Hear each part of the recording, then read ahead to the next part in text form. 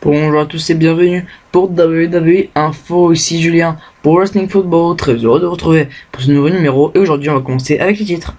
Donc aujourd'hui on parlera de la star japonaise Hideo Itami, on enchaînera avec les résultats de WWE NXT et on terminera avec Corey Graves. Mais tout d'abord on va commencer donc avec la star japonaise Kenta. Donc, comme vous l'avez vu, beaucoup ont été assez surpris par le fait qu'il ait eu du mal à trouver son style à WWE NXT. Et bien sachez que plus les semaines passent et apparemment ça va beaucoup mieux pour les japonais qui commencent à s'adapter au style américain et ça s'est confirmé par une bien meilleure prestation dans les house shows de la NXT face à l'Ascension. Il faut également noter qu'il fait beaucoup d'efforts pour apprendre l'anglais. On va continuer avec les résultats donc de WWE NXT qui s'est déroulé la nuit dernière. Le show avait commencé avec Baron Corbin qui avait battu Elias Samson par un tombé suite au End of Days.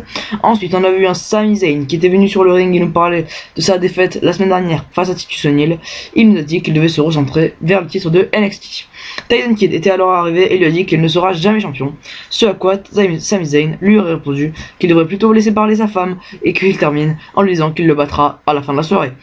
Vient ensuite le deuxième match entre les Lucha Dragons, les actuels champions par équipe de la NXT, et Wesley Blake et Buddy Murphy, une nouvelle équipe à NXT, et c'est une victoire sans surprise des Lucha Dragons. Ensuite le match de Diva a opposé Charlotte qui a battu Becky Lynch par un tombé.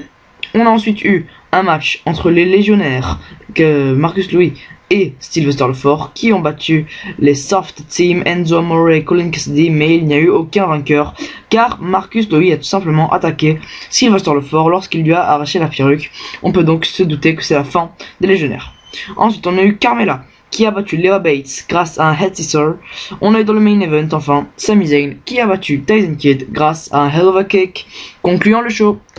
Allez, on va terminer donc avec la dernière information du jour qui est sur Corey Graves. Donc comme vous le savez, beaucoup de lutteurs étonnent à la NXT, on l'a vu avec Adrian Neville ou encore Taylor Breeze, mais il y en a un qui a disparu depuis un petit bout de temps alors qu'on le voyait aller très très haut. Eh bien il s'agit de Corey Graves. Et bien en fait la raison n'est pas absolument un manque de confiance des bookers, mais tout simplement un problème de santé. En effet, Corey Graves serait vraiment sujet à beaucoup de commotion cérébrale et la WWE lui aurait demandé tout simplement de ne plus lutter. Mais bon, la WWE a tout de même un peu de respect pour ses lutteurs et ils lui ont donc proposé de devenir producteur de NXT et il s'occupe désormais de l'organisation, la formation des lutteurs au Performance Center. On se retrouvera lundi pour un nouveau WWE Info. C'était Julien, merci de m'avoir suivi, ciao tout le monde.